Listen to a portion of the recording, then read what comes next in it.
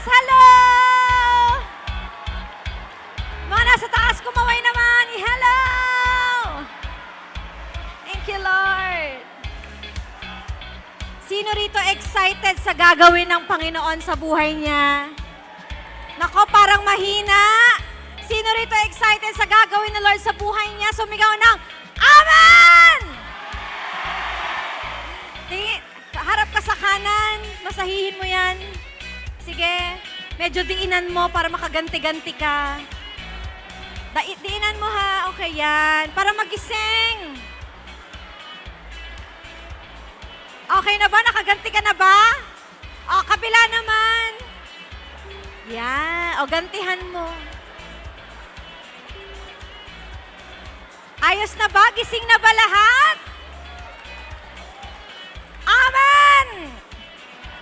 Sige ba, sumigaw nga ng hallelujah lahat. 1, 2, 3, go, hallelujah! Thank you, Jesus. Palakpakan natin si Lord. Let's pray. Taas ang kamay, Lord. We are so expectant of you. Excited po kami sa gagawin mo, Holy Spirit. Tulungan mo kami, samahan mo kami. I know you are here. Kanina ka pa namin nararamdaman. We believe, God, that you're gonna transform us from the inside and out. In Jesus' name, and everybody say, Amen. Maaari ka nang umupo. Sino rito, taas kamay ng mga Bibles, may mga notebooks. Asa kamay ng mga notebooks natin. Very good. Ayan ang ating mga manuals. Ating mga ballpen, taas ang kamay. Ang mga ballpen, taas kamay ng mga ballpen. Buti ba ang mga ballpen may kamay? Okay.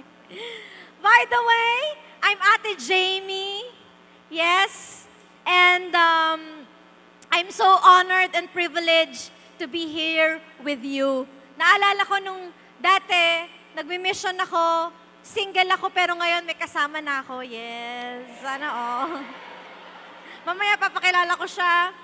But yes, kanina narinig yun na rin. But let me give you a little background of myself para at least kilala nyo ako, di ba, bago ako magsalita sa inyo. I am the youngest host po ng The 700 Club Asia. If you are familiar with it.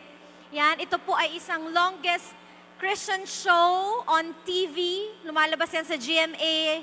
And isa po ako sa pinakabata. Cute na cute, maliit. Okay, cute na cute. And yes, and alongside, minsan mahal ko rin ang pag-arte. So minsan umaarte ako at nag-iinarte ako. So, ayan, I also did... Ano ba? I also did some of, little commercial and some of the TV shows po. Grabe yung kilig nyo kay John Lloyd, ha? And sometimes, I also do vlogs. Baka magka-follow tayo, direct message tayo on YouTube and on TikTok. I usually share some of my love tips and mga insights about love, waiting, and purity. So you can check it out para magka-message tayo on TikTok. And because of this, ayan, sa ginagawa kong yan, na-meet ko yung love of my life ko. We got married last 2018, and now we have 2 beautiful, handsome kids. Ayan. Praise God! So, 6 years na kaming kasal. And I can say that this is one of the best season of my life. Amen. Sino rito, sabi mo nga sa katabi mo, alam mo, may gagawin si Lord sa buhay mo at sa love life mo.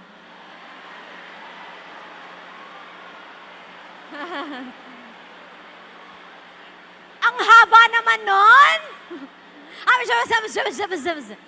May gagawin si Lord sa buhay mo, sa love story mo.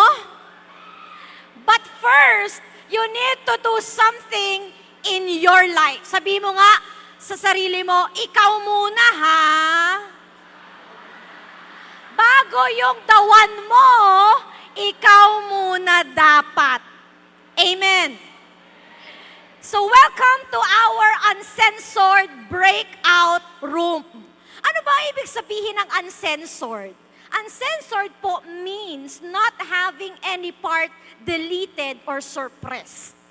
Or suppressed, I mean. Pag sinabing uncensored, it means wala na tayong itatago ngayon. Wala na tayong i-delete. Are you here? Wala na tayong isosurpress ngayon. Kumbaga, #real talk. Sabihin mo nga, tapos wala na, sabihin mo, real talk. Oh, galing oh. Are you ready? Are you ready? Since we are talking about the word uncensored, ngayong umagang pong ito, let's talk about a very controversial, but exciting topic today. Alam niyo po, this is a very important topic to discuss. Why? Because many people are attractive outside, but not attractive inside. Ano ibig sabihin nito? Pwedeng cute siya, pa-cute siya, pero ang totoo lang, hindi pala siya okay sa loob.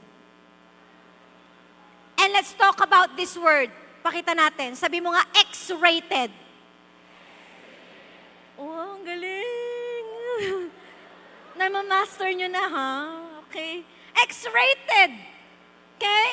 Ang X-rated po, it is the term we use to describe something indecent or pornographic. Says, pwede ba ako magsalita sa inyo bilang ate? Are you excited? Sabi mo nga, okay ate, okay. Ngayon, magiging ate ako sa inyo. At wala akong, hindi ako magpipigil ng bibig ngayon. Okay ba yon? I'll be honest, okay?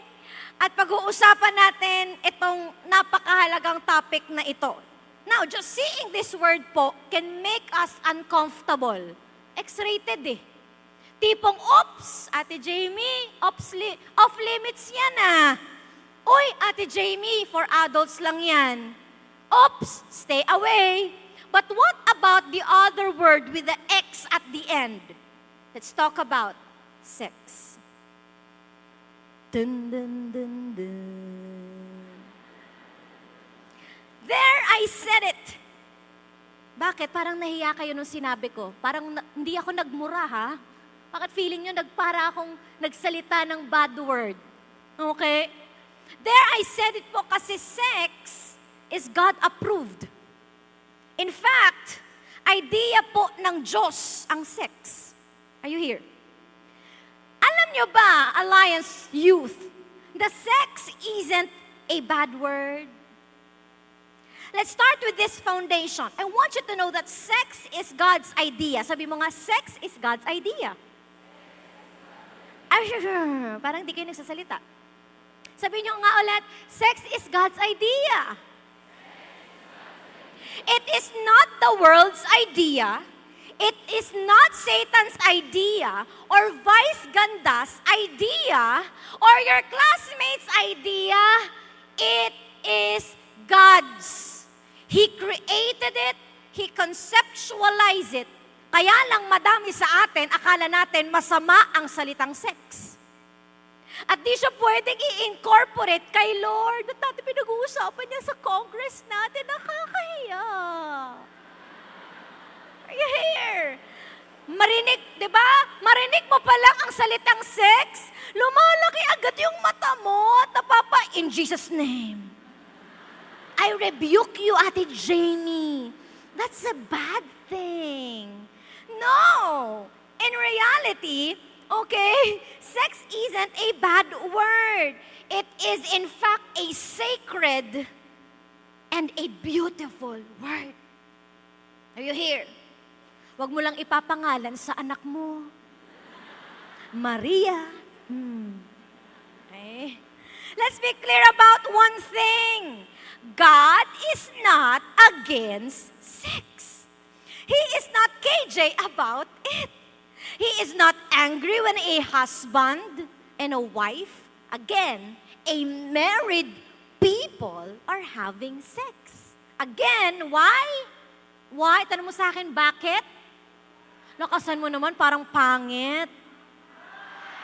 Bakit? Because God authored sex and He designed it for marriage. Again, in the context, in the parameters, okay, in the what? In that protection of marriage. The problem, ito na ngayon, may problema. Di mo nga may problema. The problem is when people do it outside marriage. Ang apoy sa fireplace ay magandang tignan. Tignan natin. Ang gandang tignan. Wow! Ang ganda! Pero ang apoy na wala sa fireplace, nasa carpet ng sala mo, ay kayang sunugin ang buong bahay nyo. Tama po ba yun? And sex is like a fire. In the right context, which is marriage, it is a great thing. Ang ganda po ng sex. Blessing po siya ni Lord sa loob ng konteksto ng marriage. But once it is outside its proper context, sex can be harmful. And when not handled properly, could potentially endanger or destroy your life. Am I talking with sense? You can say amen. If you agree, you say amen. If you agree, you can say wow sa mga Gen Zs. Yes. Maganda ba ako? Wow. Wala kayong choice. Hawak ko yung mic. Okay. Maganda ba yung katabi mo? Wow. Magbabago ba yung katabi mo? Say wow. May gagawin ba si Lord today? Say wow. Kung Gen Z ka, okay, when you agree, you can say, wow. Amen. Yes. Amen. Now, listen up. Take note of this. Listen.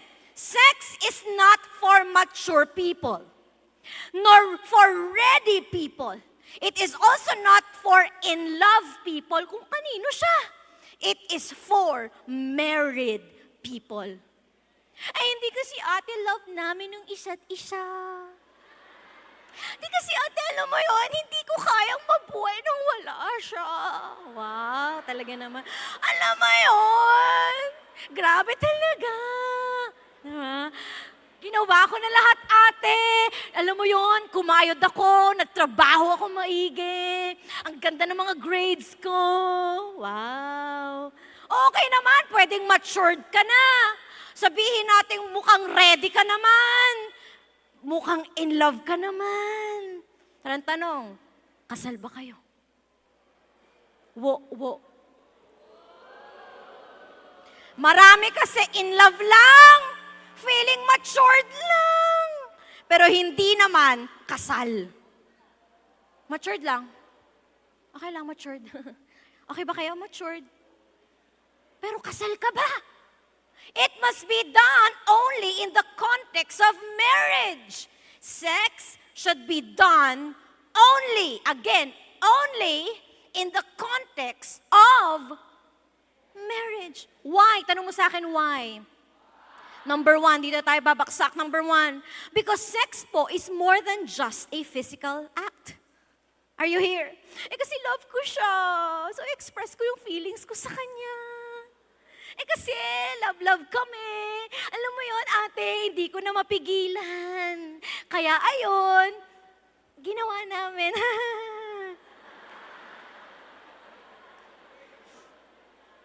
It's sad that nowadays, sex is treated like any other activity. Or worse, for some people, like a sport.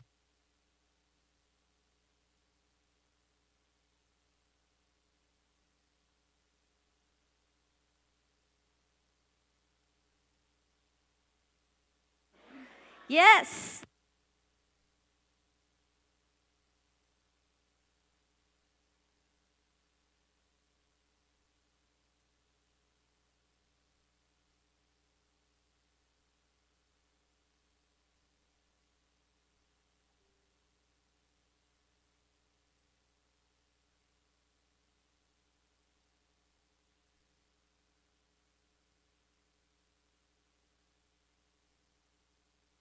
Hello. May gagawin si Lord. Palakpakan natin siya. Amen. Ganun talaga pag Pag energetic ka na, mawawalan ka minsan ng mic, pero walang makakapigil sa'yo. Amen? Again, it's sad that nowadays, sex is treated like any other activity or worse po. It's like a sport. Pag nag-usap ang barkada, kwentuhan, nakailan ka na? Ang kwentuhan sa barkada, meron ba? May nangyari? Okay? Wow, astig ka na! Wow! Are you here? At nakakagulat ang mga mayayabang, di ba? Nagyayabangan sila sa barkada kung nakailan na silang babae. At sa mga binis, ang usapan ay what? Ng mga babae ay what? Alam mo yun? Nakascore siya. Uncensored okay lang ba yun? Uncensored tayo ngayon? Padamihan sila. No shame in sharing their bedroom habits to the world. Akala nila normal.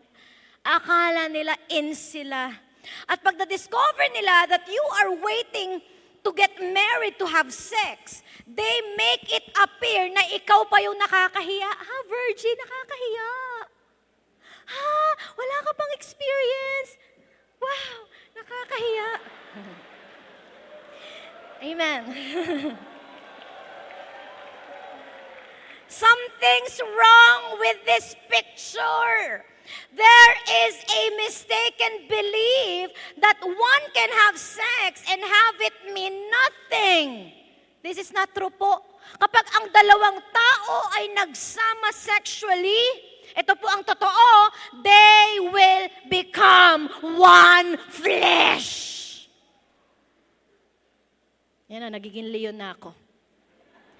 In 1 Corinthians 6:15 to 16, sabi niya, do you know that your bodies are members of Christ Himself? Yung katawan mo daw ay what? Ay para sa Panginoon. Shall I then take the members of Christ and unite them with a prostitute? Ang katawan mo ay para sa Diyos. Dapat bang ihalo ang katawan mo sa isang maduming bagay o tao? Never! Sabi mo nga, never! Do you know that he who unites himself with a prostitute is one with her in body? Nagiging isa na kayo. For it is said, sabay-sabay tayo, go, the two will become one flesh. Ito po ang nangyayari, Jigs. Ito po ang nangyayari kapag ikaw, thank you, ay nakipag-sex sa isang tao na hindi mo naman asawa. Are you here? May tinatawag po tayong soul ties. Okay? So nakita mo siya. Ganda-ganda, isang linggong pag-ibig. Lunes, nang tayo'y nagkakilala. Yee! Martes, nang ikaw ay nangopya. Ito na! So Wednesday, Thursday, ito na, binigay mo ngayon yung sarili mo sa taong hindi ka sigurado kung pakakasalan ka. Now, this is the reality when you do sex outside marriage. Sex po brings two person into unity with each other's body. So, nagiging dalawa. Yung dalawa ay nagiging isa. So, what happens is that you unite with each other's body, spirits, and emotions. Are you here? Akala mo walang nangyayari, pero meron. Akala mo walang napapasa, pero meron. Akala mo walang naiiwan, pero meron.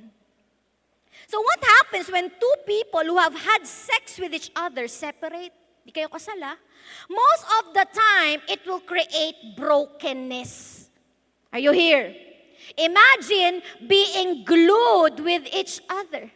After some time, it will be what? It will never be a clean break.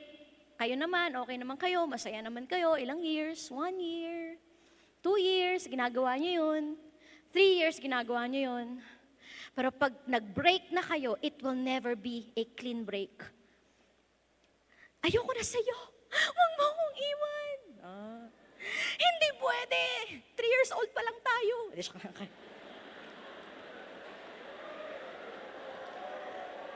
So ito na, pag naghiwalay kayo, at pag nagawa nyo yung salitang sex, akala mo walang napapasa sa'yo, but in reality, ito ang clear picture na nangyayari. Iingatan ko na paghiwalayin ulit yung dalawa.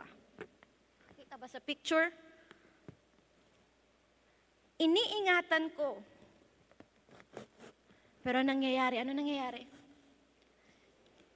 May naiiwan sa'yo sa kanya.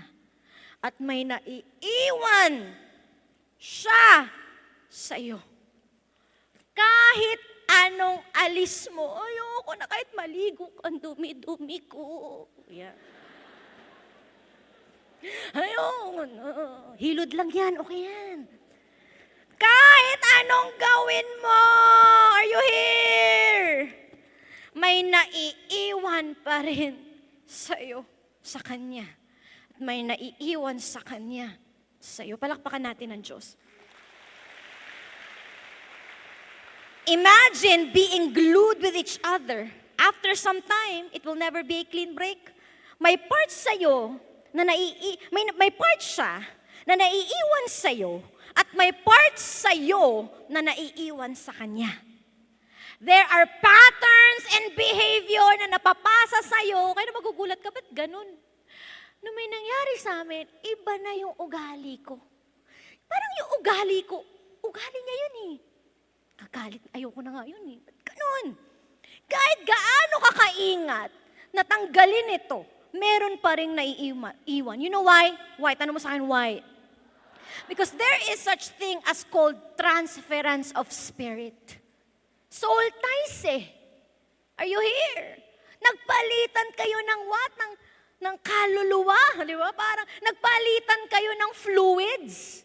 And this is what we are talking about. Nung sinabi ng verse na one, ito isipin mo, and the two shall become one flesh. Ito yung sinasabi ng Bible. No wonder nakakaramdam ang both parties when a couple who were once sexually active with each other eventually broke up. Ano nangyayari sa kanila? Ito na, nagkakaroon na ngayon ng guilt. Ginawa mo yun, nag-break kayo. Nag-guilty ka na ngayon. Hala, baka kung ano yung isipin nila sa akin. Wala naman sila iniisip sa'yo. Nag-text si Pastor, hala, alam niya yung nangyari sa amin. In reality, nag-guilty ka na. Ano pa? Shame. Hiyang-hiya ka na sa nangyari. Anger. Galit ka na sa taong nakasakit sa'yo. At hindi mo na siya makalimutan. Buhay, galit na ako sa lahat ng babae. Buhay, galit na ako sa lahat ng lalaki. Ayoko na mag-asawa. Asipin mo, kawawa naman yung God's best mo. Dahil sa isang act na hindi mo dapat ginawa. Are you here? Bitterness, kaya result, bitter ka na din. Walang forever. Nakakita ka ng sweet couple, walang forever. Yan, bitter ka na eh. Ano pa? Maghiwalay din kayo. Wow, di ba? Bitter ka na. Kaya nagre-result ng distrust, nawawalan ka na rin ng tiwala. Sa sarili mo, nawawalan ka na ng tiwala sa iba. Ano pa? Trauma. Since binigay mo yung buong buhay mo o sarili mo sa tao, iniwan ka, natotrauma ka na. Ayoko na, nakakatakot. Are you here? Tapos nagkakaroon na ng self-harm, sinasaktan ng sarili. Nagkakaroon na ng what? Addiction, drugs. And ito pa malupit, nagre-result po ito ng wrong relationship. Since ginawa mo na noon, ginagawa mo, gaganti ako. Gaganti ako sa ibang babae. Wow. Gaganti ako sa ibang lalaki. Lahat sila, kung ano ginawa sa akin, lolokohin ko rin sila lahat. Wow. Ikaw na. Diba? Or worse, is pinamimigay na lang nila ang sarili nila kung kani-kanino. Lahat na lang na naligaw lahat na lang na naliligaw sa kanila, sinasagot nila kahit hindi naman para sa kanila. Are you here? Hindi, wala na magmamahal sa akin, Ate JB, siya na lang ang kaisa-isang nanligaw sa akin. Totoo ba? Galing ba talaga yan kay Lord? Feeling nila, sex ang magpupuno sa kanila, but it will just leave them a big hole in their lives. And lastly, ito na, depression. For those who are especially hit hard by the separation from the person they had sex with, they may contemplate suicide, and sadly some succeeded. Lives are lost because of what? Because of one bad decision that could have been dealt with early on if they only had the will and conviction to resist temptation. Sabi mo nga, resist temptation. Sabi mo sa katabi mo, resist temptation. Makikita yan in 1 Corinthians 6:18 to 20.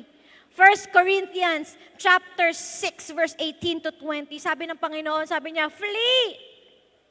Ito yung command ni Lord, flee from sexual immorality. Hindi daw what? Hindi daw, di ba? Hindi lang yung pagkanta ng, tukso, layuan mo ako. Literally, tumakbo ka. Flee from sexual immorality, all other sins a person commits are outside the body, but whoever sins sexually sin against their own body. Sipin mo hindi ka na nagkakasala sa tao na yon, nagkakasala ka sa sarili mong katawan.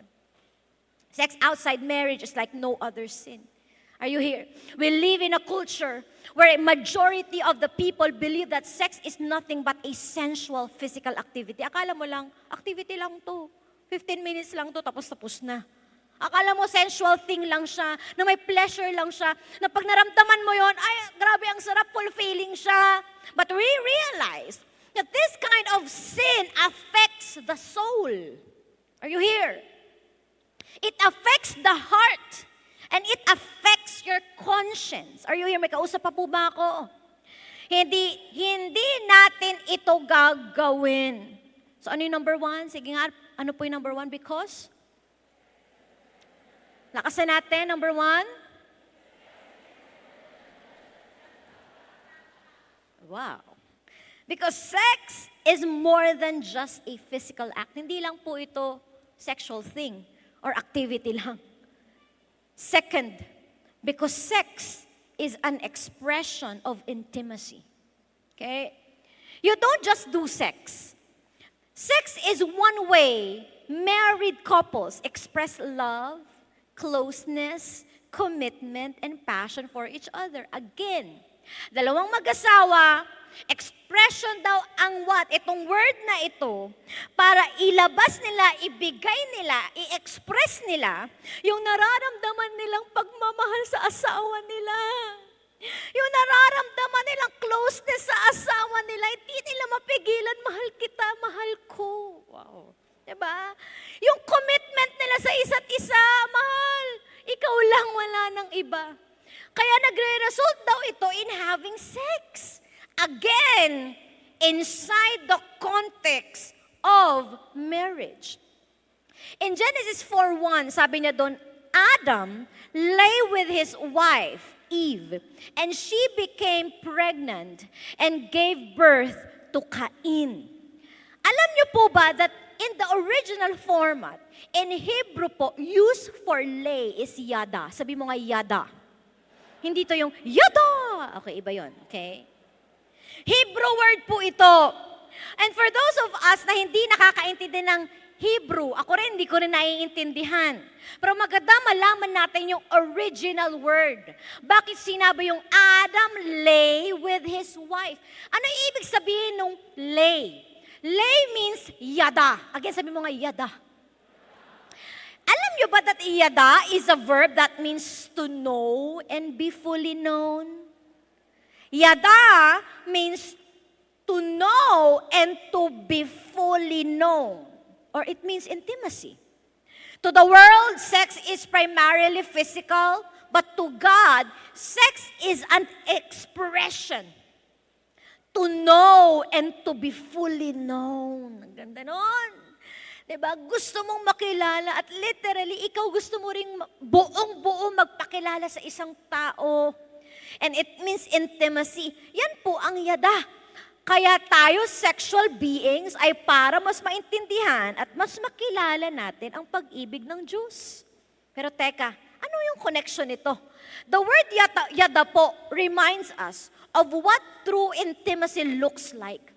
Alam niyo po ba na ang word na yada ay 900 times po makikita sa Bible? Are you here? Nandito pa ba ako? May kausap pa ba ako? May mo sa katabi mo, are you still here? Ganinin mo. Are you still here? Okay? 900 times makikita sa Bible. Example, Genesis 4:17. And Cain lay yada with his wife, and she became pregnant and gave birth to Enoch. Genesis 4:25, Adam laid yada with his wife again, and she gave birth to a son named Seth. Genesis 24:16, Rebekah was very beautiful, a virgin, and no man had ever laid yada with her. Now, but do you know what's interesting? Yada po doesn't just refer to having sex. It means extends beyond po the marriage bed. Di lang po ito, okay, you're making love, and then boom, ito na, hindi po. But in other translation, in Psalm 139:23, search me, O God, and know, yada my heart. Di lang siya ginamit for sex. In Psalm 46:10, but still, sabi niya, be still and know, yada, that I am God. Sabi mo nga, yada. Nakasama mo, sabi mo, yada. Grabe po ang salitang yada. It isn't just a physical act. Again, hindi lang to yung physical act. It is a word of intimacy that transcends the physical. Meaning, God is not hiding anything from David here, and they cannot hide anything from God. Wow, yada! Meaning, David is in an intimate, exclusive, and faithful covenant with God. Yada! Are you here? This kind of love po would lead you to desire to fully know each other. Kaya pala pag nagpapakasal ka, di ba? That covenant is to fully know your husband or your wife. At ikaw din, nakikilala ka niya ng buo. And as you discover more about him or her, you'll get to love that person. The more na tumatagal, the more na pasaya ng pasaya. It portrays an uncovering, embracing the nakedness of each other. There are no secrets sa marriage, and nothing is held back. Hindi ka na wala nang ganon. It is true love. Sabi mo nga, it is true love. Not just lustful desires, katulad ng pag-ibig sa atin ng Panginoon. Palakpakan po natin ang Diyos. Woo! Ano yung unang Hebrew word? Yada. Sabi mo nga, yada. Now, let me introduce to you another Hebrew word. And this is the word shabak. Shabak, hindi po yun. Na, na, na, na, na, na. Okay. Shabak, ano to? In Genesis 19, here po is a story of Lot and his daughters who escaped Sodom and Gomorrah. If you are familiar with Sodom and Gomorrah, right? They might have been freed from the burning sulfur, but of course, hindi sila nakalaya sa mga susunod na mga problema. Dahil nga sila na lang ang natira nung time na ito na. Desperado yung dalawang anak ni Lot na babae na magkaroon ng anak.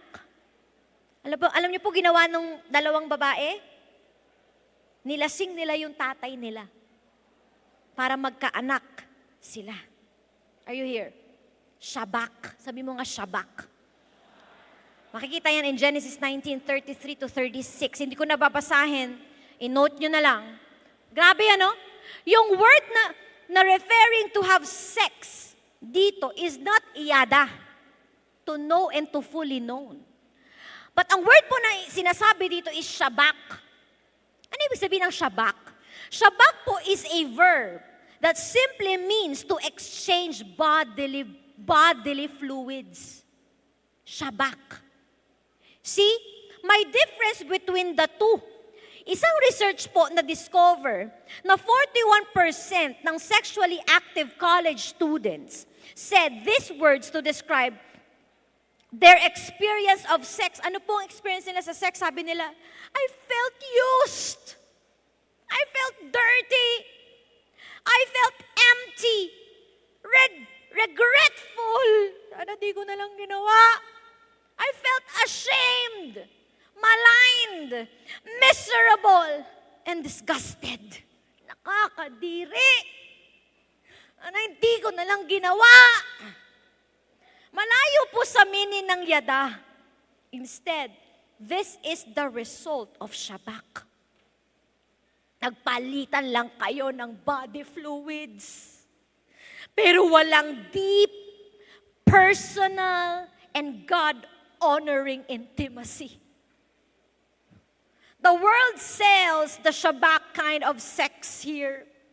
Ang mundo po natin, nag-i-introduce siya, hindi po ng yada, pero ng what? Ng shabak kind of sex.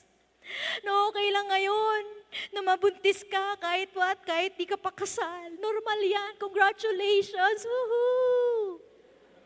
Pag hindi ka pa sure sa partner mo, okay lang yan. Mag-live-in muna kayo para get to know. Pag hindi sure, edi hiwalay. Shabak! Are you here? Okay lang yan, manligaw ka sa kanto. This afternoon, sagutin mo, edi sa ka nanligaw, ayun, sa kanto. Ini-introduce ng mundong to, ng social media, ang word na shabak.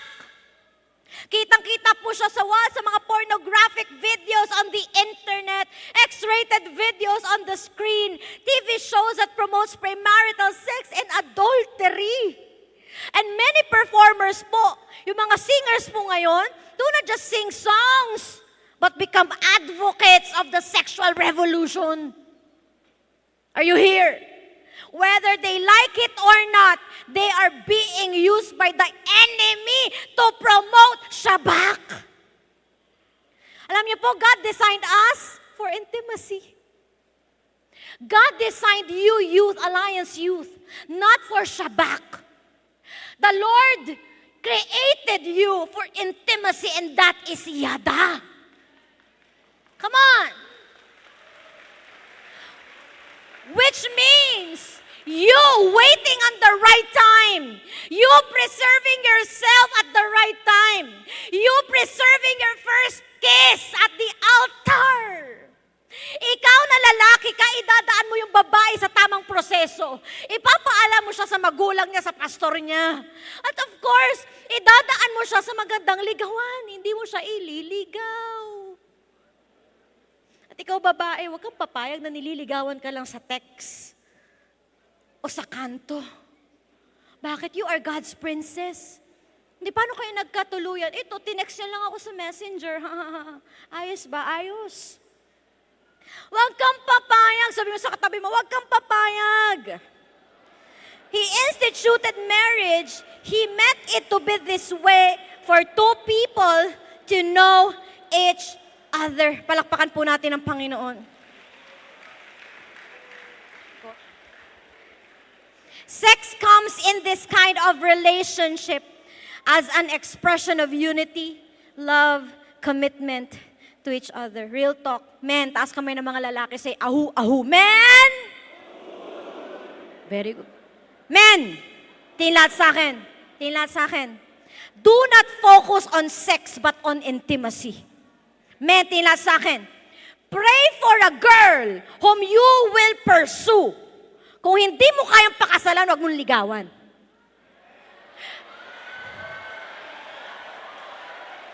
Men! Nawala sila, men! Kung hindi mo kayang iharap sa magulang, huwag mong ligawan.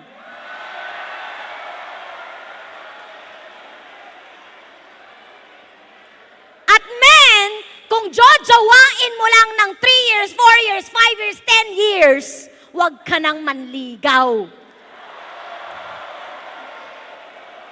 Our target is yada. Our target is marriage. Our target is for you, both men and women, serving God in the context of marriage. Hindi kasi magjowa kami, okay naman kami. Ano ginagawa niyo sa 5 years na yan? Ano ginagawa niyo sa 6 years na yan? Nagbabadminton lang kami, Pastora. Jackstone. If hindi mo kayang ligawan, kung hindi mo kayang pakasalan, wag mo munang ligawan. Pag ready ka na, alam mong formed ka na, mamaya ituturo ko yan sa second part. Sabi ng Lord, dun mo na ligawan. Si Kuya Janyo, bago siya manligaw sa akin, meron na siyang singsing. After 1 month, siningsingan niya na ako. Ano ka ba? Charing. Mamaya share niya. After 1 month, sinisingan niya na ako. After 6 months, nagpakasal kami. Tanong niyo sa akin, ilang years kami naghintay? Ilan? 5 years ako naghintay.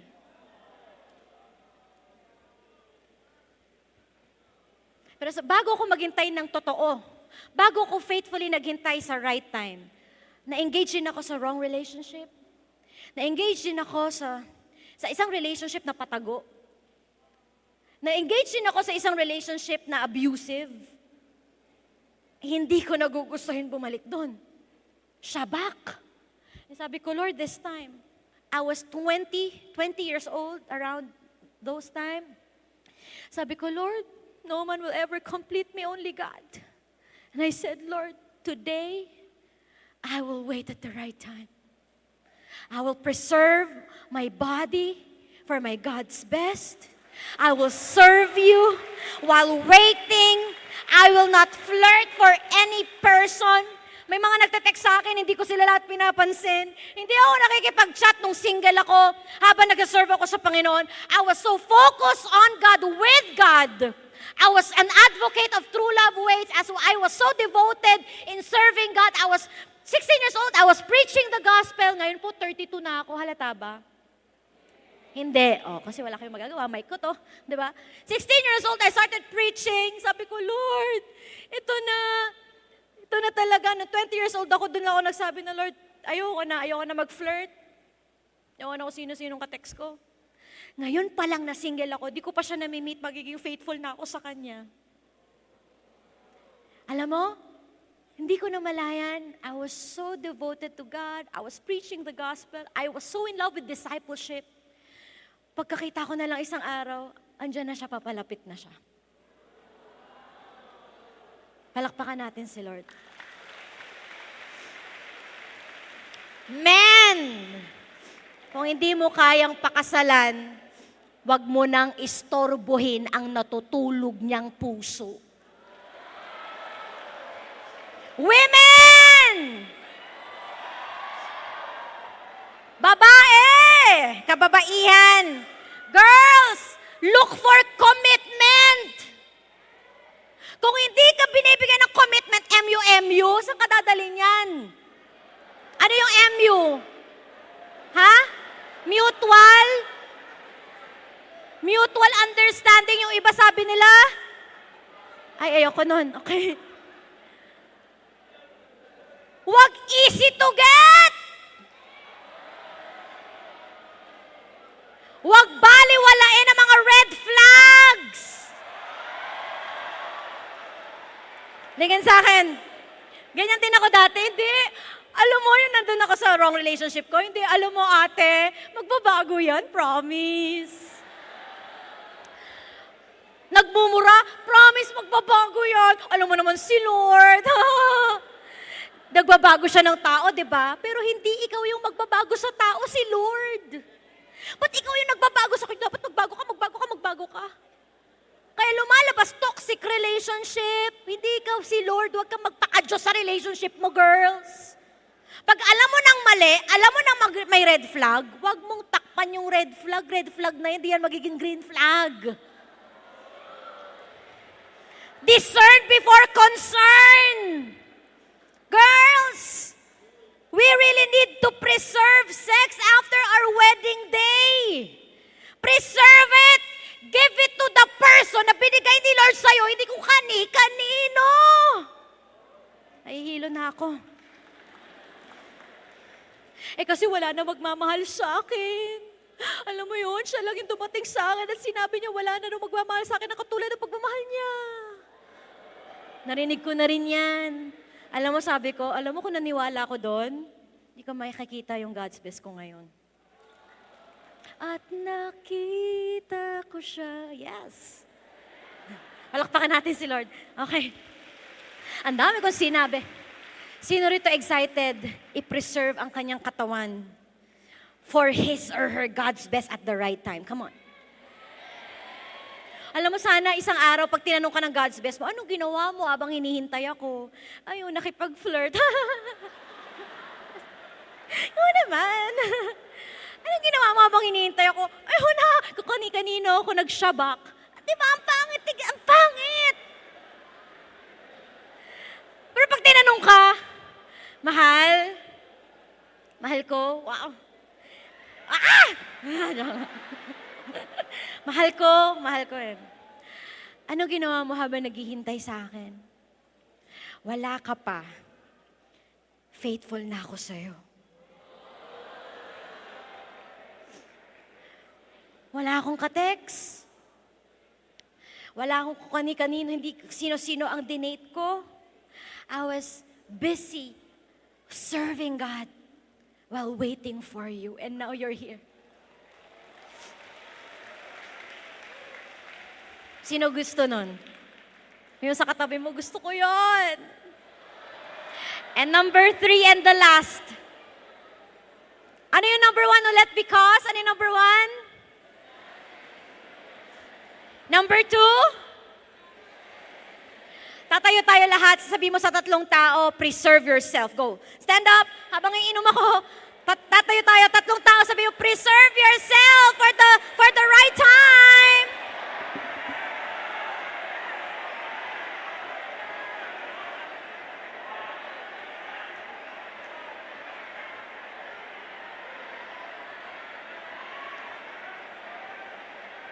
Lahat ng Alliance Youth sumigaw ng Hallelujah! Sumigaw, maghihintay ako! Number 3 and the last, because sex can only be fully enjoyed at the right time.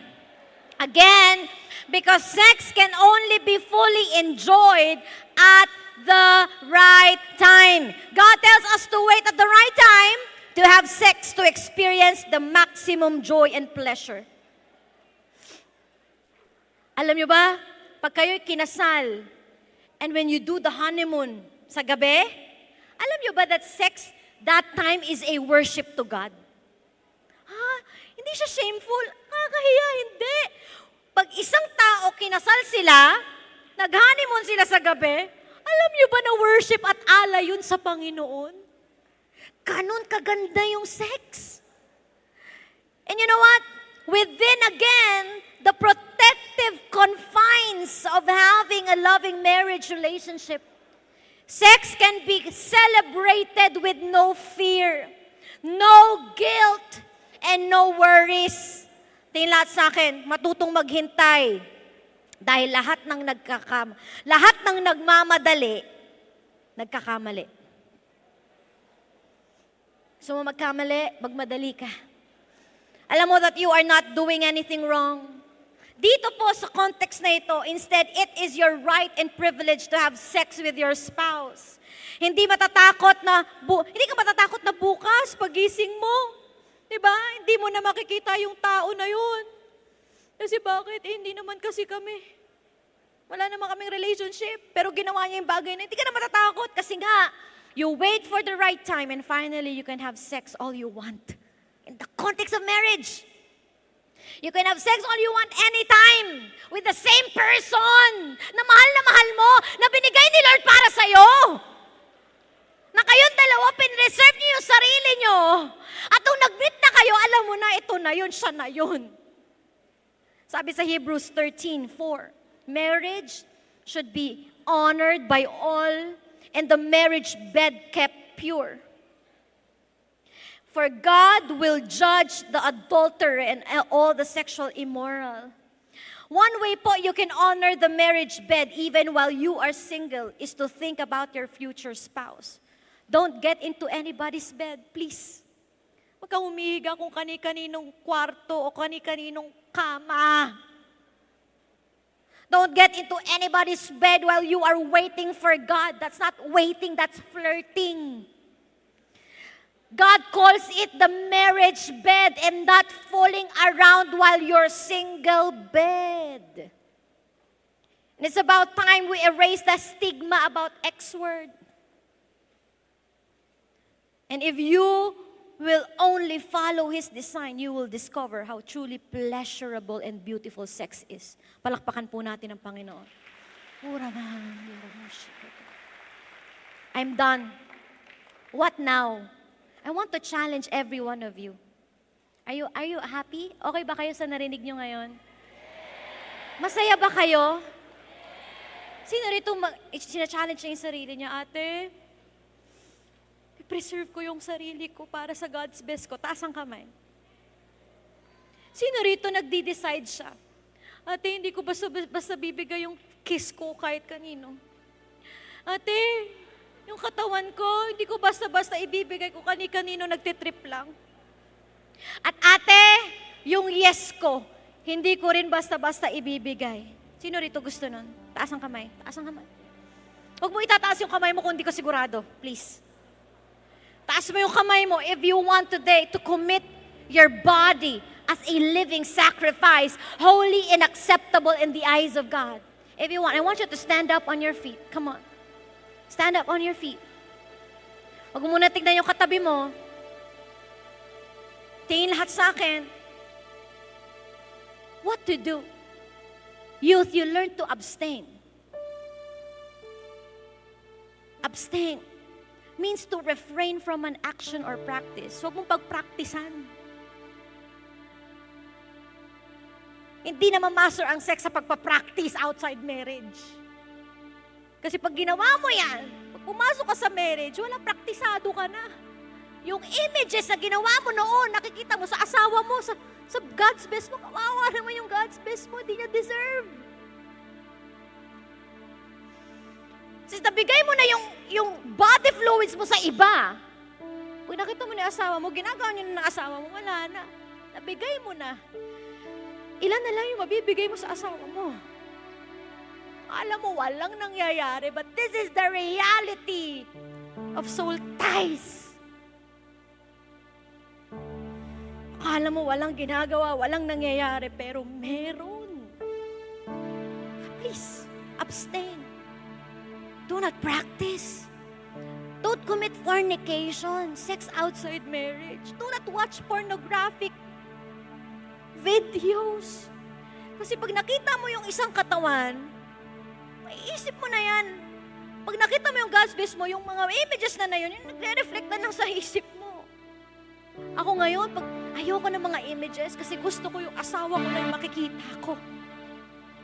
And you commit yourself, Lord, I will never ever watch any porn. Because I want to preserve that vision only for my spouse. Amen. Kung alam mo nang nagsastruggle ka, men, kahit babae, huwag ka na magsara ng pintuan. Preserve it. Do something else. Pag na-feel mo na-tempt ka, na kung gusto ko manood, na mag-gym ka, lumabas ka ng kwarto, di ka pwede mag-isa kung alam mo nag-struggle ka. And please, preserve your mind and your heart for your God's best. Abstain. And number 2, flee. Flee from sexual immorality. Huwag mong lapitan. Alam mo nang tempted ka na, lalapit ka pa. Hindi. Kung alam mo tempted ka na, pwede ba tayo magsine? Alam ko na yan. Kami ni Kuya dyan, never kami nagsine nung in a relationship kami. Pero nagsine kami 1 week before our wedding day. That was Avengers. 1 week na lang. Sabi ko, I know in my heart, hindi ako comfortable, lalo na pag hindi tayo kakasal. Kung alam mo na matetempt ka nang lumapit. Flee and learn to wait. Waiting is never flirting. Waiting is never texting anyone on Facebook. At waiting is literally waiting at the right time. You preserve yourself, your heart, and your mind for God's best. Taas ang kamay, ipikit ang mata.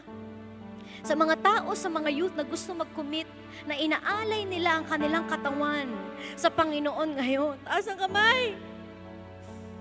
Pwede ka humingi ng tawad. Lord, sorry kung nagdumihan ko yung katawan ko.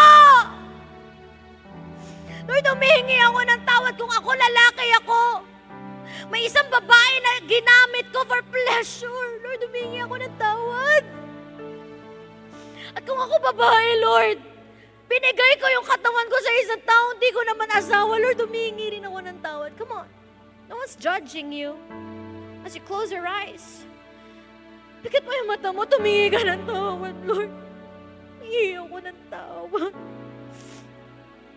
I remember I was in that situation way back.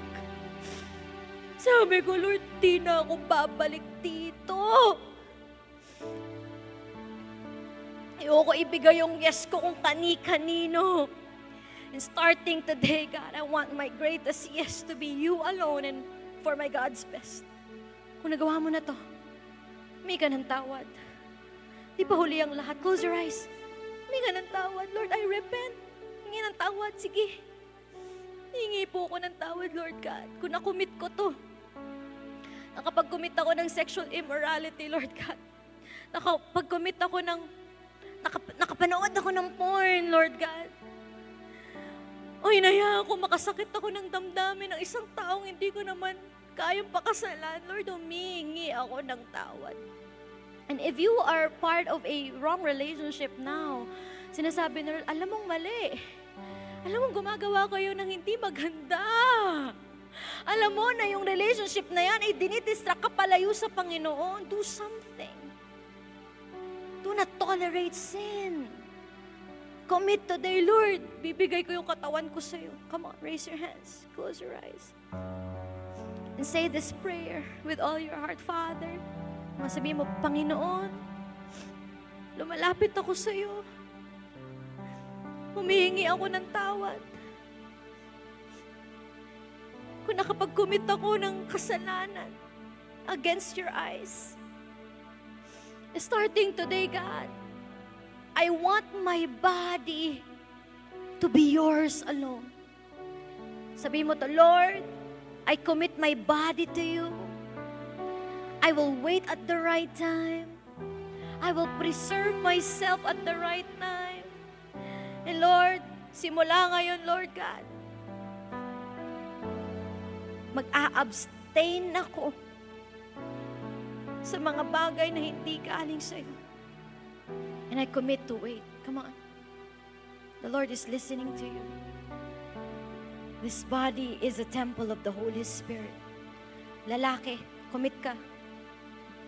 Maniligaw ka lang pag handa ka na magpakasal. Kung hindi pa, please, focus on God. Sa mga babae, huwag magpaligaw sa kanto. Commit yourself, Lord, I want to be in that pattern of, sa loob lang ng konteksto, ng tamang proseso. Tulungan mo po ako. Father, you heard our prayers. And I believe, God, ngayon pa lang may ginawa ka na sa aming mga buhay. Marami pong salamat sa pangalan ni Jesus. Lahat ay magsabi ng amen. Palakpakan natin si Lord. Babae sa babae, lalaki sa lalaki, yakapin mo yung sabi mo, you are now purified in the name of Jesus.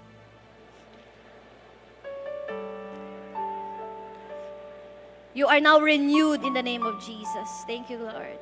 Okay? Abstain, flee, and wait. Sino? Who wants more? We will just have a little activity before we proceed to the next one. Meron kayong manuals dyan, tama? Okay, meron dyang activity about red flag and green flag, right? Okay, so now I want you to write down ano yung mga red flags and green flags mo sa relationship, tama? Okay, sulat mo. Now, ganito, anong pattern? Pag alam mo na ngayon, bakit para saan tong red flag, green flag? In the future, just in case, you will be entering into your marriage or courtship season or what, relationship season, pag sinulat mo ngayon yan, mayroon ka ng pattern ngayon na mga red flags at green flags na susundin mo sa marriage at sa buhay. Okay? Sige, I'll give you time. Okay? Tama ba? While I'll just rest a little bit. Okay? Mamaya tatawagin ko na si Coach John. And enjoy the moment. Okay? Sige. Amen. Palakpakan natin si Lord. Sino rito ang nakapagsulat siya ng mga red flags and green flags? And ma-apply niya yan. Also, pwede nyo rin ilagay yung negotiable at non-negotiable nyo na standards when you wanna, standards nyo sa God's best ninyo. Sulat nyo yon, non-negotiable, ito yung standards na hindi pwedeng mabal. Ay, mamaya pala, ipipreach ko yun. Sige. So, pwede nyo lagay, red flag, green flag, sa dulo nun, hatiin nyo. Negotiable at non-negotiable. Mamaya ituturo ko. Are you ready for more? Okay, kanina we talked about sarili muna. Kailangan ayos muna yung sarili, tama? We talked about preserving yourself, your heart, your purity for your God's best. Sino rito, i-apply niya to sa buhay niya, taas ang kamay? Amen. And this time, let's talk about the waiting and dating game. Yan. Okay? Kasi totoo naman, ready na kayo? Ready na? Sige nga, taas kamay ng ready. Can I see? Yes. Palakpakan natin si Lord. Di ko kasi kayo nakikita sa ilaw. Okay. Sumigaw ng woo-hoo-hoo-hoo. Sabihin nyo, ready, ready, ready. Taas ang kamay. Woo! Okay, alright. Lahat na ba ay nandito? Yung mga nasa likod, okay ba kayo dyan? Mga nasa taas, okay pa kayo? Okay, I only have 30 minutes. The waiting and dating game. Two greatest decisions that you will ever make in your life. First, accepting Jesus as your Lord and Savior. Check. Second greatest decision, choosing whom to marry. This can make or break your life. This can make or break your life. Kasi totoo, di ba, ang marriage po ay ang pinakamatinding magiging decision mo next to accepting Christ. Natanggap mo nga si Jesus. Pagkakasal nyo, pinalayo ka naman niya kay Lord. Are you here? Wala rin. No? Kaya dapat hindi minamadali, kundi pinaghahandaan. Dahil sa totoo lang po, ang dami ng wasak na pamilya at sirang mga buhay. Dahil madaming nag-rush sa love. At sana, hindi na natin yan dagdagan pa. Sabi mo sa katabi mo, huwag ka nang dumagdag, okay? Again, I shared a while ago, I have been married for 6 years. Marami pa akong kakaining bigas. Marami pa kaming kakaining bigas. And I can say that life is not just about marriage. Life is about God and His purposes for our lives. Kaya importante na tama ang mapapangasawa na ilalapit ka sa Diyos at magiging partner mo in fulfilling God's plans for your life. Now, tingin lahat sa akin, alam nyo ba na ito po ay journey? Sabi mo nga, journey. Ito po ay isang journey na kailangan nating daanan. And so today, let me guide you to 5 love journeys before marriage. Okay? 5 love journeys before marriage. Journey number 1. Are you ready for the first journey? Bago ka daw magpakasal, ako personally, nakita ko, na-witness ko to. Bago magpakasal, dumaan sa ganitong process. Of course, hindi natin binabox yung process sa ganito lang. Pwede mamaya, may i-adapt ka, pwede may tatanggalin ka, bahala ka. But nakita ko, nung dumaan ako dito, dinaan ko din to, nakita ko rin mga mentees, grabe, ang powerful nitong journey na ito, na pag dinaanan natin, hindi ko masasabing perfect, pero God-centered ang relationship at magiging marriage. Sino ba rito gusto ng ganong kind of relationship in the future? Sino rito gusto ng God-written love story in the future? Sino rito gusto ng God-centered relationship in the future? Let's target that, no? Yan yung dapat pinagpe-pray natin ngayon pa lang. So, papaano, Ate Jamie? Paano ko yan makukuha kahit papaano? Ano yung guide kung papaano ko yan makukuha? First journey daw is formation. Sabi mo nga, formation. Before we get married, we need to be formed first. Now, tanong kita, kung gagawa ka ng listahan ng dream guy or dream girl mo, anong nasa wishlist mo? Ha? Matangkad. Wow, narinig ko yun. Tama ba? Iba sabi, smart. Diba, smart? Lahat matalino. Diba? Talented. Sino rito gusto ng talented? Diba, nanliligaw sa'yo, nagka-cramping. Pak! Tudug-tug. Pak! Wow, talaga naman. Ano pa? Good looking. Gwapo at maganda. Sino rito gusto ng good looking? Para naman pagising nyo sa umaga, gusto mo siya makita. Oh. Hindi yung pagkagising nyo na lang, matulog ka na. Di ba? Hindi ganun. Ano pa? Someone who knows how to listen. Sino rito gusto yung magaling makinig? Yan, very good. Di ba? 5 years na, nakikinig lang siya sa'yo, nakaganyan lang siya. Nakikinig lang siya, very good, di ba? O kaya naman, someone who will make you laugh. Pag nakikita mo siya talagang, nakakatawa ka. Wala ka pang ginagawa, nakakatawa ka na talaga. Di ba? O kaya naman, you want someone na hindi ka sasaktan. Sino rito gusto nun, hindi siya sasaktan? Ito pa, o ito, kahit hindi na ganun ka good looking, pero basta malinis. Malinis ng kuko, di ba? Malinis sa katawan, yung ipin.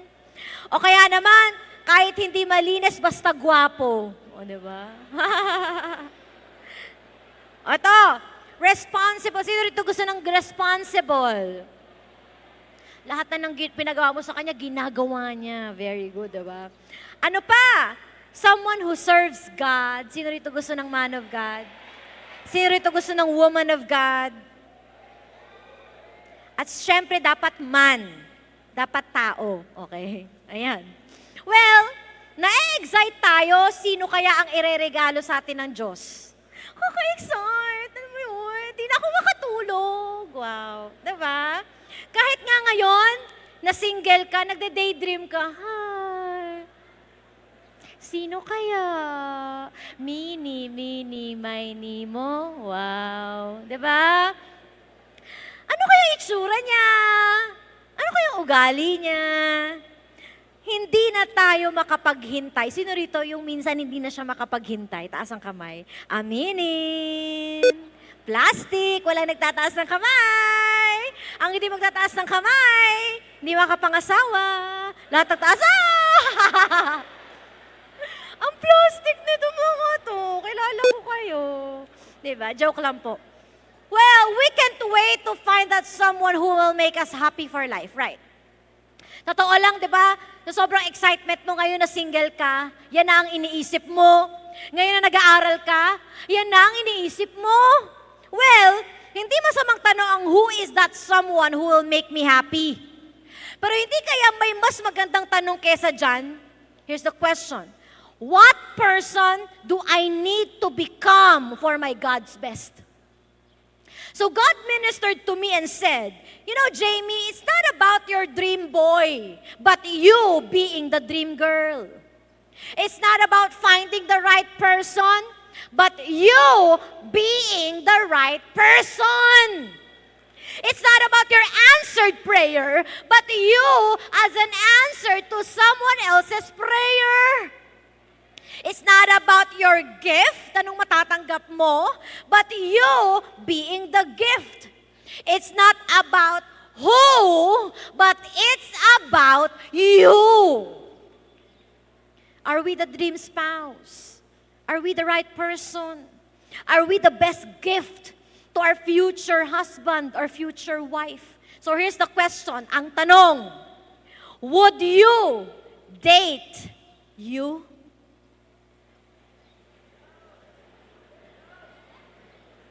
Kahit ikaw tatanungin mo muna sarili mo, gugustuhin ko bang i-date yung sarili ko? Hindi pa. So let Jesus form you first. Are you here? Ito nanliligaw ka na, hindi mo pa nga mabayaran yung pang-date mo.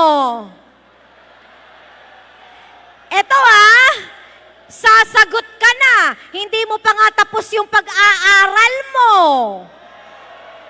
Kaya imbis test paper ang sinasagutan, puro love life ang sinasagutan. Kaya yung test paper, 0.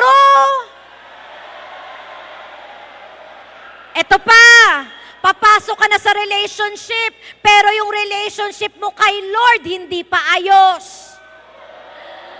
Ang daming youth na nagtatanong sa kanilang sarili, sabi nila, ang tagal namang dumating ng soulmate ko.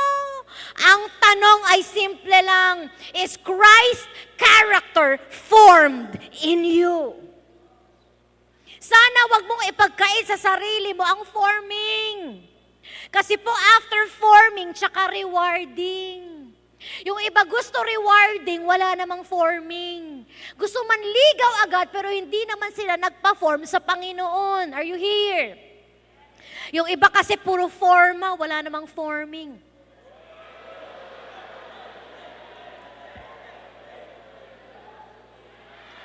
Puro forma lang. Puro pa-cute na worship. Pero yung commitment kay Lord, wala. Dapat hindi ganon. Forming muna kesa forma. Sabi mo sa katabi mo, let Jesus form you first. Jeremiah 18:6, it says, like clay in the hand of the potter, so you are in my hand.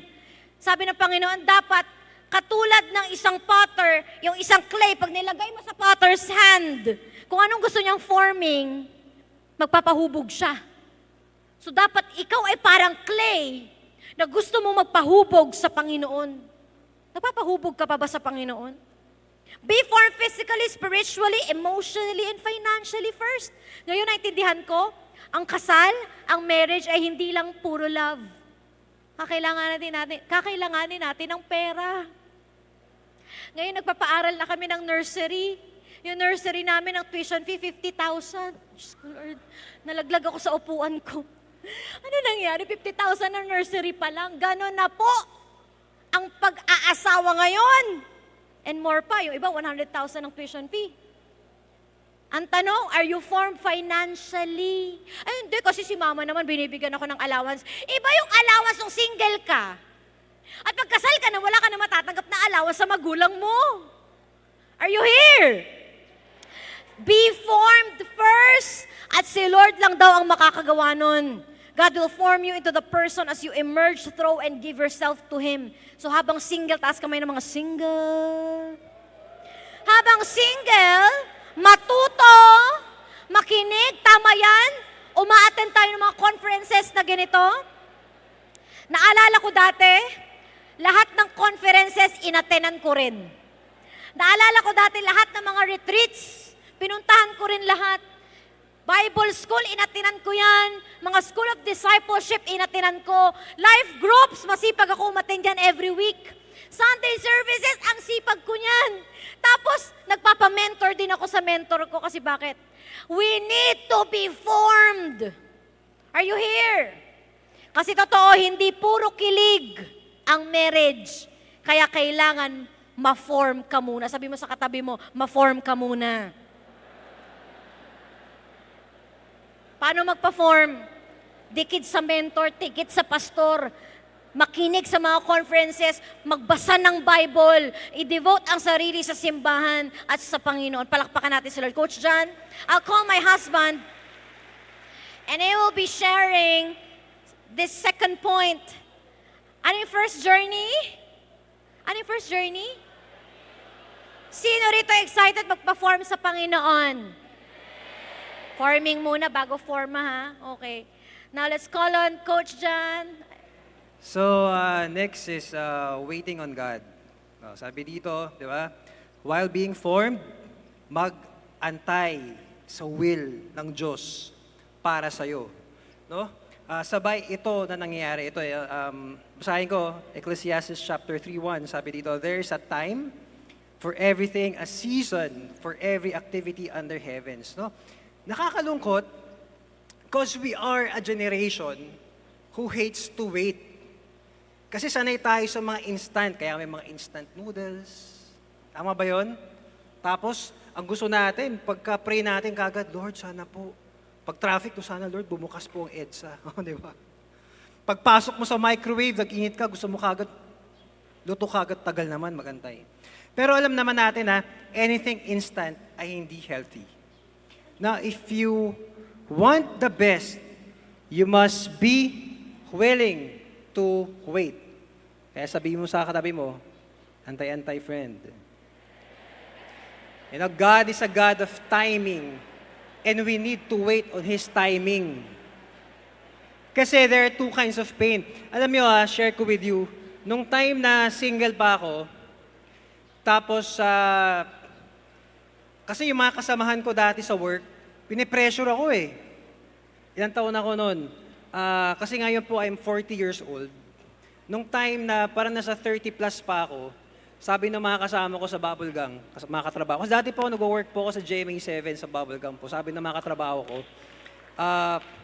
kasi ang mga kabatch ko doon, sila Wancho, sila RJ Padilla, tapos makasama ko sila Dos. So sabi nila, Brad, time check! Ilang taon ka na, tanda-tanda mo na, single ka pa rin. Alam mo, sagot ko sa kanila, Brad, antayin nyo lang yung love story na ginagawa ni God sa buhay ko. Oo.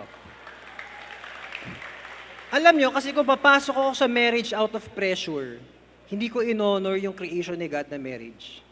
Pumasok ako sa marriage kasi, bakit? Na-pressure lang ako. Hindi talaga ako nag-antay sa timing ng Diyos. Inantay ko lang yung buyo ng barkada ko, tapos, sige na nga, inaasar ako nitong mga to. So, papasok na lang ako sa relationship para mapatunayan ko sa kanila na, teka lang, brother, hindi lang kayo may jowa, ako din. So, ang ginawa ko, antay ako. Di ba sabi nga, di ba? A time of waiting is a time of faith. Kaya nung time na nag-aantay ako, hindi ako nagmadali. Sinabi ko lang, God, meron kang terms, conditions, and timetable, aantayin ko yung terms, conditions, and timetable ko. Kasi pag nagmadali, again, there are two kinds of pain. Number one, the pain of discipline. Masakit mag-antay. Masakit ang disiplina, pero grabe naman ang reward. No, okay na yung nag-antay ka ng matagal, kesa naman, nagmadali ka tapos nagkamali ka. The next is the pain of regret. Ang sakit sabihin, di ba masakit yung sabihin yung sana? No, sana nag-antay ako. No, parang gutom na gutom ka, tapos may nag-offer sa'yo ng skyflakes, inupakan mo isang kahon na skyflakes, tapos biglang dumating yung buffet. Tapos, kahit gusto mo din yung favorite mo, lasagna, may chicken, hindi mo na makain kasi bakit? Kasi busog ka na. Nasa wrong relationship ka na. Tapos biglang darating yung dream girl, dream guy mo, naku, sasabihin mo, sayang. Sana nag-antay ako. Parehas masakit, pero sana doon na tayo sa sakit ng disiplina. Amen? So the key is not to rush, the key is to wait on God. Yeah. Share ko, yung wife ko naman. So journey number 1 is formation. Second journey, eto na, yung sinasabi ko kanina, journey number 3 is establishing principles. Okay? So your godly principles now will protect you and will help you not dishonor the commands of God. Kasi nga, di ba, commands ni Lord is for our protection. Hindi naman talaga din KJ si Lord. Sabi mo nga, hindi KJ si Lord. He is just 100%, He just 100% knows best and He wants you to be protected. Kaya importante talaga, no, na may mga prinsipyo tayo na sinusunod. May parameter stick, no? May mga parameter stick ka na sinusunod. May boundary line ka na kinoconsider. Dapat alam mo yon. Yung mga non-negotiables mo, ito yung standards mo, no, na hindi pwedeng mabali. Ako, yung non-negotiable ko nun, hindi pwedeng magpapaligaw ako, hindi pwedeng sasagot ako ng hindi man of God. Non-negotiable ko yun. Pero yung mga non-negotiable ko, kunyari, gwapo, matangkad, man of God. So yung dalawa, pwedeng negotiable. Kung, di ba, pwedeng yung matangkad, pwedeng onting tangkad, or medyo onti lang. Di ba, pwede naman yun mabende. Pero yung non-negotiable mo is something na hindi siya pwedeng mabali. Are you here? Okay, sabi sa Solomon, Songs of Solomon 8:4, sabi, I charge you, do not awaken love until it so desires. So knowing these guidelines, ano yung mga pwede mong maging prinsipyo? Sino rito may mga prinsipyo sa buhay? Amen. Wala? Oh. Una, di ba, pwedeng hindi muna ako magpapaligaw o manliligaw habang nag-aaral. Yan, pwedeng prinsipyo yun.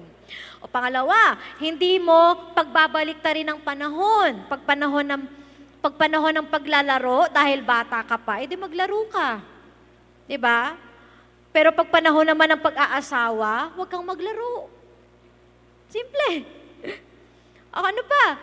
Hindi ako makikipag-date sa dilim. Literally. Pwedeng sa sinihan o sa kwartong kaming dalawa lang. Prinsipyo yun. Diba? Kasi bakit? Maraming pwedeng mangyari. Sabi nga kanina, diba, 1 Corinthians 6:18, flee from sexual immorality. So what principles can we get from this verse? Yan ang nagkakaroon ka na ng idea. So ang pwedeng principle mo is, hindi lahat ay potential girlfriend at boyfriend. Hindi ako magpapaligaw sa text o sa Facebook chat. Are you here?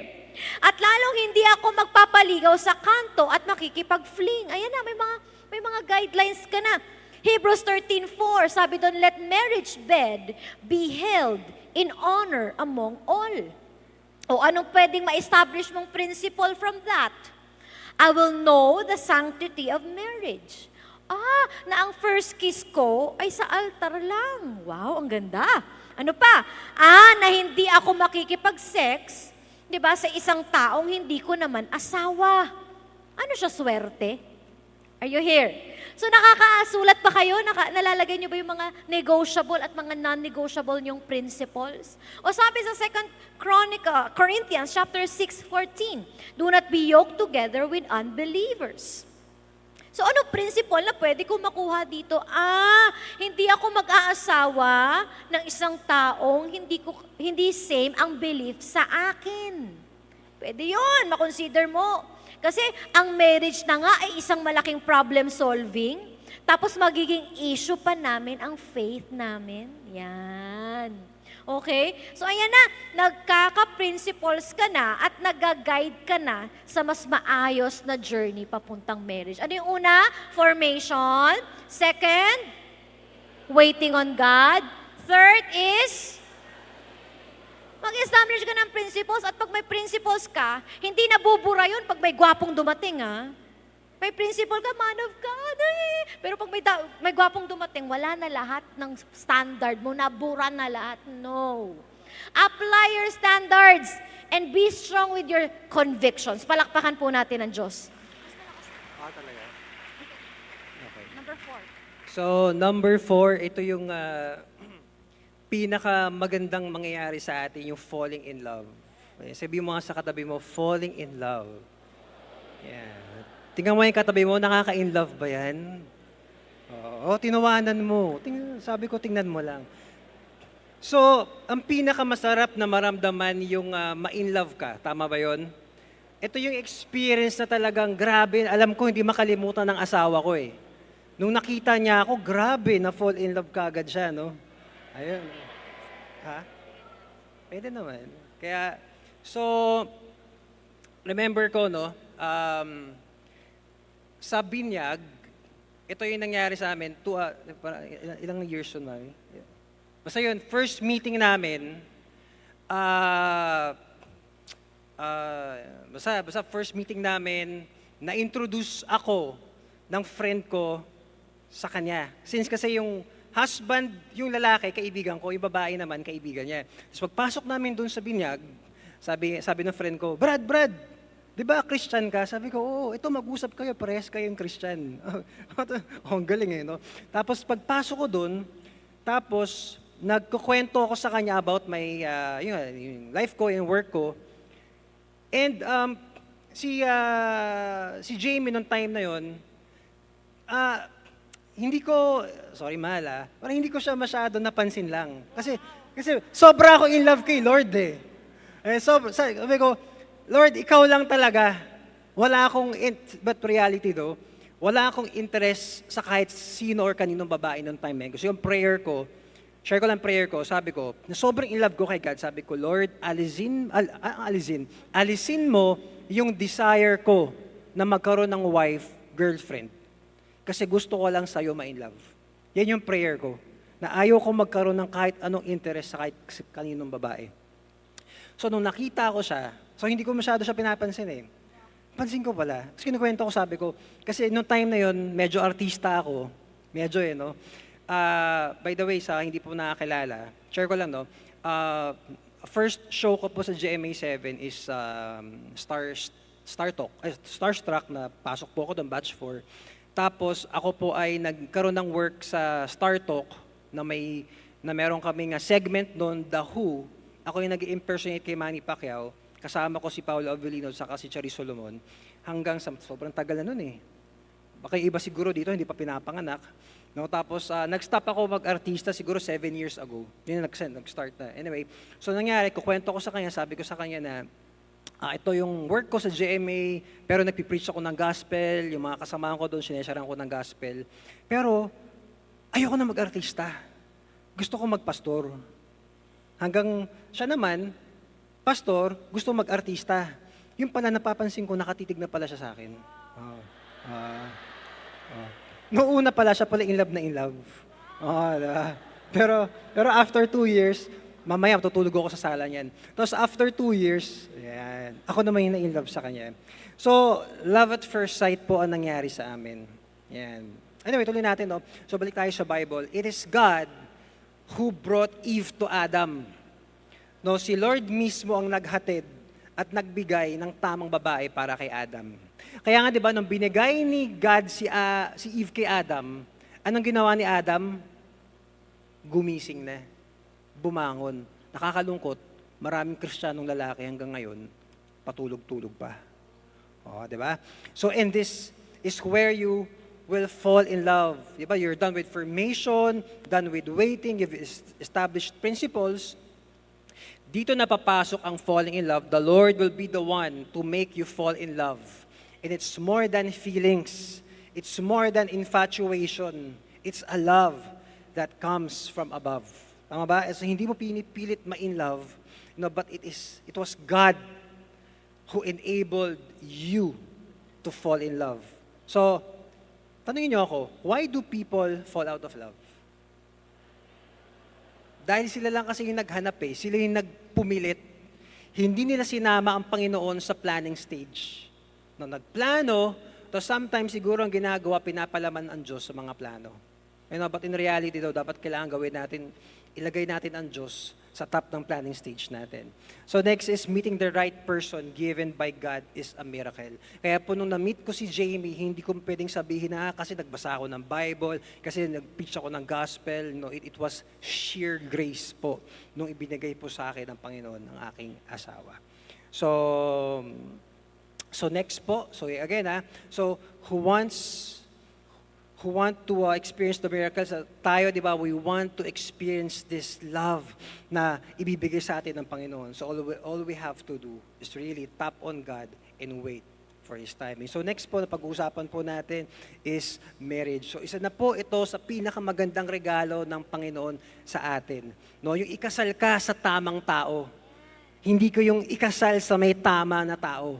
No, I remember, nung sa wedding po namin, kung makikita nyo, kasi anyway, may wedding kami. Kung may time kayo, siguro baka pwede yung i-search, yung SDE namin, John Manuel Jamie Wedding. Tapos mapapansin nyo dun sa wedding, iyak ako ng iyak.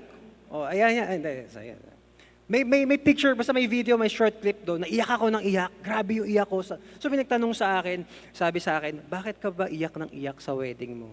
Kasi sabi ko, kasi yung paa ko tinatapakan ng asawa ko. Tapos grabe yung gastos. Umiiyak ko, sabi. Hindi. Kasi noong time na hindi ako makapaniwala na ikakasal ako. Kasi feeling ko parang wala na akong parang wala nang tamang, parang hindi na ako ikakasal. Kasi noong time na yon, na-remember ko, when I was still dun sa old church ko, handa ako, kasi meron akong bahay, may sasakyan ako before pa ako ikasal. Tapos, lumapit ako dun sa pastor namin. Sabi ko sa pastor namin, dun sa church, sabi ko na, Pastor, meron akong bahay. May 3-story akong bahay sa Laguna. And itong bahay na to, ayaw ko ibigay sa mga kamag-anak ko. So itong bahay na to, someday, since solo anak ako, i-donate ko po to sa mga pastor dito sa Victory. Kasi gusto ko, na balang araw, pag ako tumanda, itong bahay namin ay ipapamana ko sa mga pastor. O ito yung sasakyan ko, ibibigay ko sa mga pastor. Kasi alam ko na sa utak ko, kinondisyon ko na hindi ako mag-aasawa. Kasi sabi ko, mamamatay ako na magsuserve ako sa Diyos. Kasi feeling ko nung time na yon, kasi sa babae ako lagi bumabagsak eh. Sabi ko, sige, alisin ko na muna kayo, focus ako kay God. Tapos, nakakatawa, no, sabi nga, di ba, kung saan ka bumagsak, yun din ang gagamitin ng Diyos para iangat ka. Ewan ko, napansin ko lang, sa Bible, di ba, unang bumagsak ang tao, palakpakan natin ng Diyos. Di ba, bumagsak, gamit, naging instrumento, puno. So, ginamit sa New Testament, puno, cross para tayo iangat. No? Babae bumagsak, ginamit, babae, Mary. Sa lalaki bumagsak, Adam, ginamit si Jesus. No, lalaki din para tayo. So, pansin ko, no, bumagsak ako sa babae. Yung pala, babae din pala ang gagamitin ng Diyos para po iangat ako. Tapos, nung time na na-meet ko na siya, ito na yun. 2017, nung second meeting ko na sa kanya, kasi nga again, wala akong desire. So yung mentor ko sabi sa akin, Jan, tara, dalaw tayo doon sa church, sa Cubao. Tapos hanggang sabi ko, sige, no choice, kasi nasiraan siya ng kotse, kailangan ko siya pag-drive, mentor ko. Tapos pagdating namin doon, nakita akong babae, gumaganon-ganon, yung buhok ko inawagayway. So nakataas yung kamay, nag-worship. Tapos meron ako narinig na small voice. Sabi sa akin, impress sa heart ko, yan yung babae mapapakasalan mo. Sabi ko, patay ka in Jesus' name. Diba? Oh. Naisip ko, sabi ko, teka lang, hindi ako karapat-dapat, tapos siya ibibigay mo sa akin. Tapos, to cut the story short, nung nawala siya, nung hindi siya mawala sa isip ko ng isang linggo, sabi ko, grabe, successful yung gayuma sa akin. Tapos, hanggang sa hindi na nawala sa isip ko, pumunta ako sa family niya, sa kanya muna, nagpaalam ako, guys, pogi points to sa lahat ng mga lalaki na maniligaw. Huwag muna kayong umakyat o pumunta sa magulang na babae para magsabi na maniligaw ako.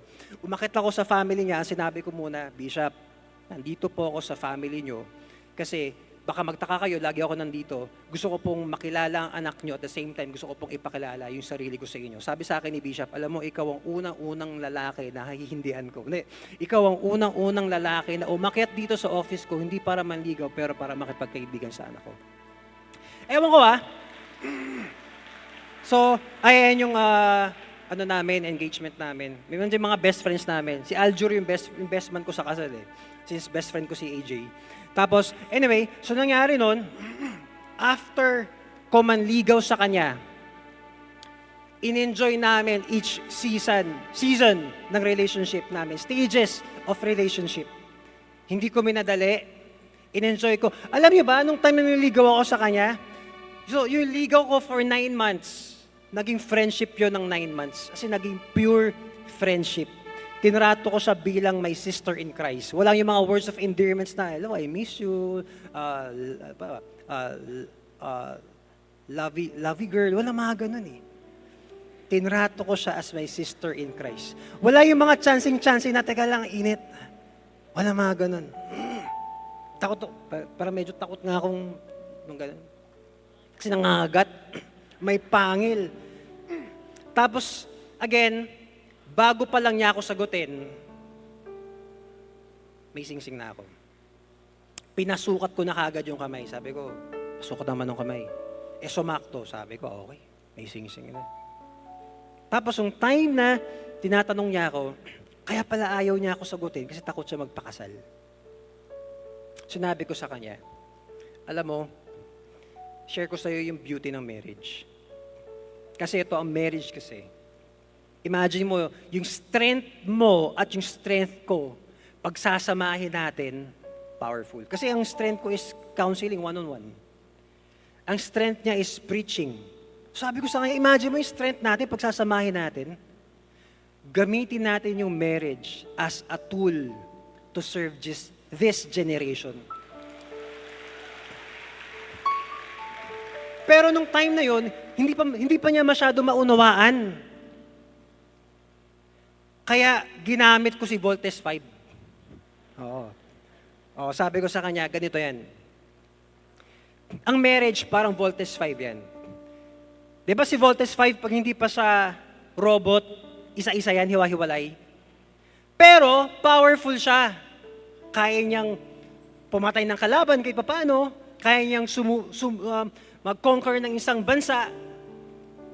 Pero, pag si Voltes 5, dumating na yung pinaka-main boss na kalaban at magtatransform na siya, ang ginagawa ng kalaban is gumagawa siya ng distraction or way para hindi maging robot si Voltes 5, maging Juan because you know why?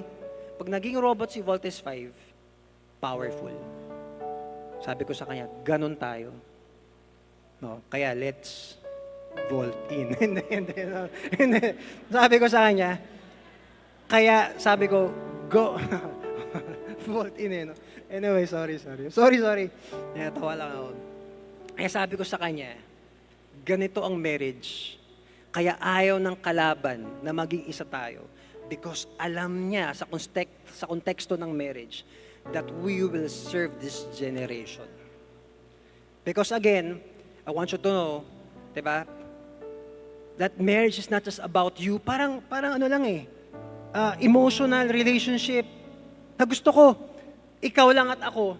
Now imagine, I'm about to end. Imagine, two people facing each other. Ganito lang lagi. Mahal, gusto ko tayo lang dalawa magkatingin. Wala akong pakialam sa ministry mo, wala akong pakialam sa kahit sinong tao dyan. Gusto ko tayong dalawa lang. Tara, punta tayo sa park. Hindi, gusto ko magkaharap tayo. Ang hirap. No one walks together face to face. Ang hirap nun. We walk side by side, facing something. And that something is what we call a common mission. Because any relationship that has a common mission becomes stronger. Tandaan nyo yan, sa marriages, meron silang common mission. Bata. Nagsistay sila sometimes because of the mission. And I hope and I pray sana hindi maging ganun tayo. No? Maging Christ-centered, not just child-centered. So again, don't just aim or pray for an emotional relationship or marriage. Pray for a missional marriage. So bago ako mag-land, to all the men, taas ang kamay ng mga single men here. Man up. Respect yung mga babae. Huwag mong halikan hanggat hindi mo asawa. Wala kang karapatan, halikan yan. Kasi kapatid mo yan sa Diyos. Irespeto mo, mag-antay ka. At kung hindi mo kayang pakasalan, wag mo munang ligawan. Again, natawa si Kuya. To all the single women, taas ang kamay. Pakigano ng buhok. Pakigano ng hair, kasi haba ng hair natin. Listen up. I'm about to land. To all the single women, don't just settle for 3 words. I love you. Settle only for 2. Ano yun? I do. Palakpakan po natin ang Panginoon. Tatayo tayong lahat and we will pray. Sino rito excited siya for a God-honoring marriage in the future? Alam mo, if you will decide only today to undergo formation, wait on God, establishing principles, fall in love, and then marriage, I pray, I truly believe, bibigyan ka ng Panginoon ng unique. Hindi katulad sa amin, hindi katulad ng mga idol mo sa TV. No, malayo doon. But God will just give you a unique God-honoring marriage. Palakpakan natin si Lord. Pikit mo yung mata mo, taas ang kamay. For those people who wants to wait, and for those people who wants to have a God-honoring marriage, the Lord is challenging you to give God the pen. It's not you who will write your love story. It's God alone. Hindi ikaw, wag mo i-compare sa mga sikat na tao, ng mga iniidolo mo sa social media. No.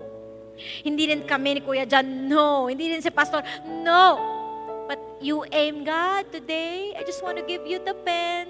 Sige, bigay mo kay Lord yung pen ng love story mo. At hayaan mo siya yung magsulat ng love story mo in the name of Jesus. And commit, Lord, starting today, magpapaform po ako. And Lord, maghihintay ako ng totoo. And Lord, I will establish these principles, Lord God, in my life. And Lord, mai-inlove lang ako sa taong binigay mo. According sa'yo, sa gusto mo. And if we are ready, paalam ng maayos, dumaan sa tamang proseso, Lord, papakasalan ko siya. Mag-a-I-do ako sa Kanya. And Lord, we will achieve for a relationship that is honorable and pleasing unto your sight. Lord, today, download, magbaba ka, Lord God, ng isang God-honoring relationship sa lahat ng kamay na nakataas ngayon. Receive it! Receive it! Come on! Receive it! Receive! Receive a God-honoring marriage. Receive a God-honoring relationship and even family in the future. In the count of 3, 1. Say, I receive. 2, 3. Say, I receive. In Jesus' name. And everybody say, Amen. Palakpakan natin si Lord. Yes! Yakapin mo yung katabi mo, sabihin mo, congratulations, excited ako sa love story mo in the future.